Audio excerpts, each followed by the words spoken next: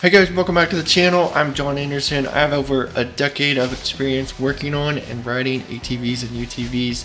And in this video, this is not an ATV, this is a UTV. And when purchasing an ATV or a UTV on a budget, it's important to ensure that you're getting the best value for your money. Everyone wants to get the best bang for their buck, for their monies. Especially when you're buying a high ticket value item like an ATV or UTV. Now, I've bought a lot of ATVs over the years, and there are some things that you want to look for when you're buying a new to you ATV, whether you're buying brand new or if you're buying something used. Here are 5 things to look out for.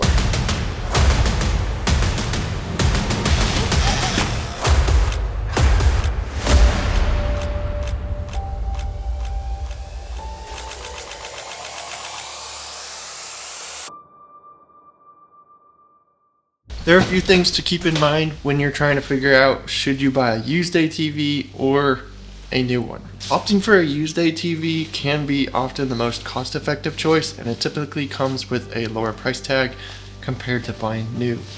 With ATVs these days driving the price range up so high, it's often kind of hard to justify buying a brand new ATV. But buying it used means you're going to have to look over it more to ensure that that ATV is in good condition and has been well maintained. On the other hand, purchasing a new ATV offers the benefit of reliability and warranty coverage, and it gives you that peace of mind knowing that the vehicle is just that.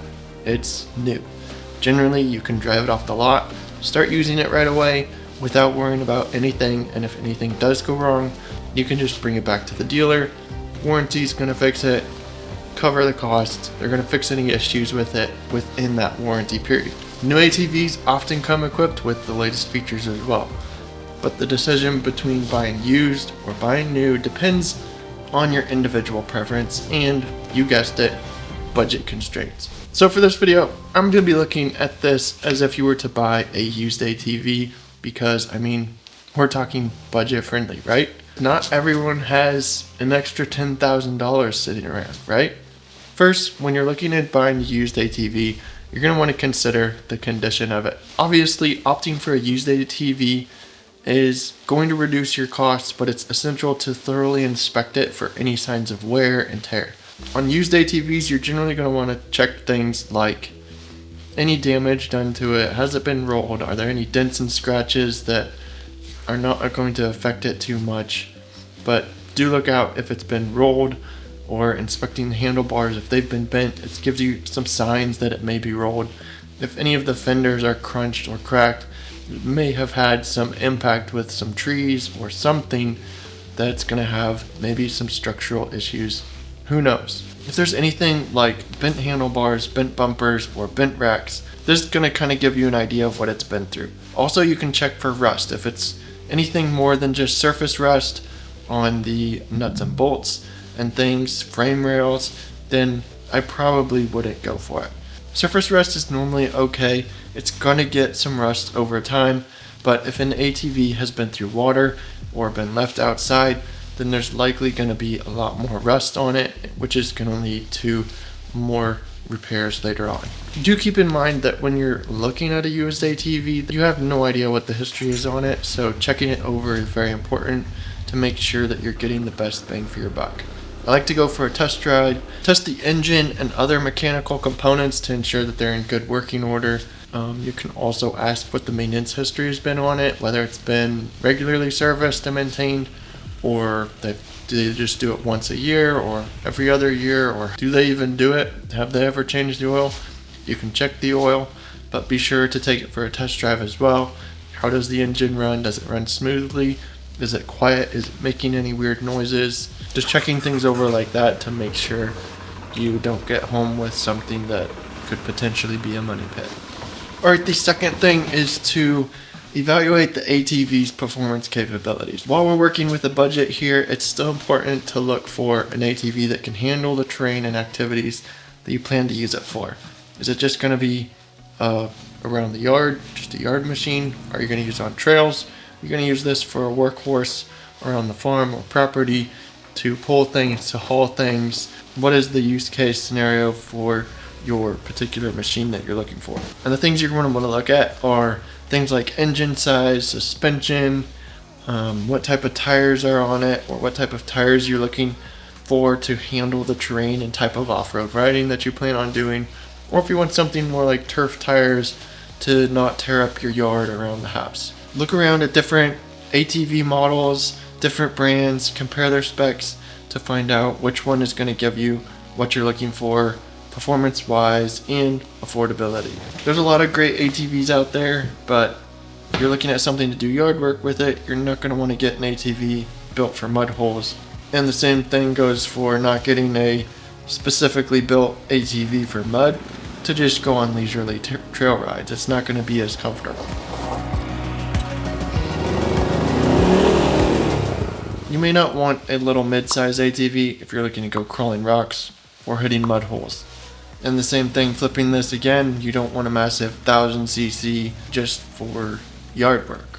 I mean, unless you want to. Alright, the next thing we're going to look at is features and accessories, things that the ATV has or things you may want to add to it to improve your rider experience. While you may be looking to save money, certain features can enhance your riding experience and provide you with added convenience. Like, I love Velcro suspension, but it's very expensive, so you may not want to go that route just yet until you can save up more for it, or if you have the budget for it. But really, if you're on a budget, you don't want to just go out and upgrade the suspension first thing.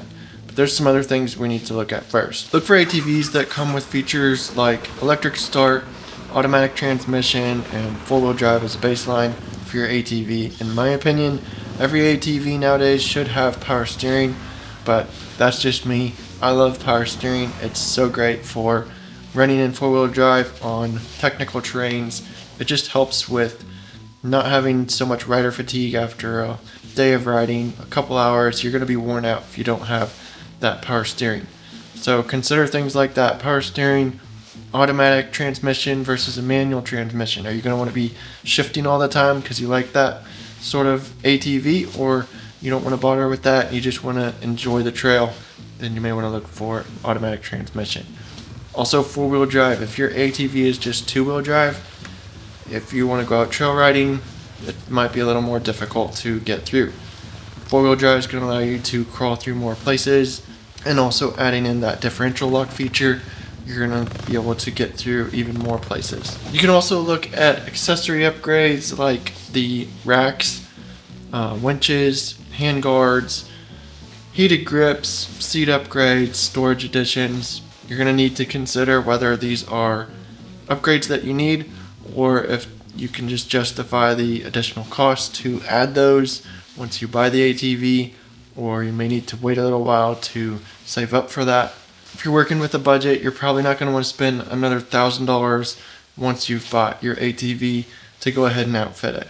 You may just ride the ATV for a while, get to know how it feels, see what things you want to upgrade on it, and then upgrade from there or save towards your upgrades. Alright, another thing to look at is the ATV or UTV's resale value. Even if you're purchasing on a budget, it's a good idea to think about the potential resale value down the line. If you happen to sell it because you want to upgrade, or if it just wasn't for you and you want to get out of ATVing, then look at the resale value and go to something like a reputable brand. It has a reputation for reliability, durability, and can help you make sure your ATV is holding its value over time. Also, choosing a popular model with a large market demand, it can make it easier to sell the ATV if you decide to upgrade or part ways with it in the future. Things like EPS, four-wheel drive, and aftermarket tires can also help factor in here too. If it has a winch, you're also going to be having some value added with those different things on your ATV. Okay, last thing here is factoring in any extra costs besides just the purchase price of the ATV and any upgrades that you may have with your ATV. Owning the ATV comes with an ongoing expense such as maintenance, insurance, registration, and fueling it up all the time. So you're going to want to calculate those things in and consider how they're going to impact your budget. This can be things like how often you're riding the ATV, how often you plan to go on rides. If you're going to ride every day, every month, you're going to go on a ride each year. If if you're gonna keep your ATV in storage more and just ride it once a year, if you're gonna ride it every day. It's all gonna affect how much gas you use and how much maintenance you'll be doing on the ATV. An ATV ridden every day is going to use more gas and have more upkeep than one ridden just once a year. Then thinking down the road of factoring in any possible upgrades that you want to do to the ATV that you may want to do to customize it to improve your riding.